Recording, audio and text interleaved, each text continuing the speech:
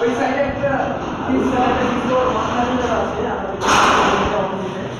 আর এখানে হলো আছে হলো R15 ঠিক আছে কিট বাস সবগুলো গাড়ি কিন্তু ভাড়ায় আনা হয়েছে এটা হলো R15 এটা হচ্ছে আর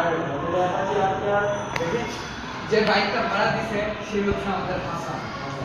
সবগুলো লাগে আমাদের সময় কিন্তু শেষ ঠিক আছে ক্যামেরাম্যান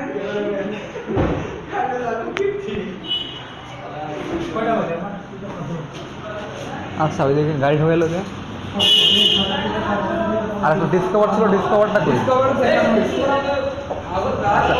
ডিসকভারটা বাদ যাবে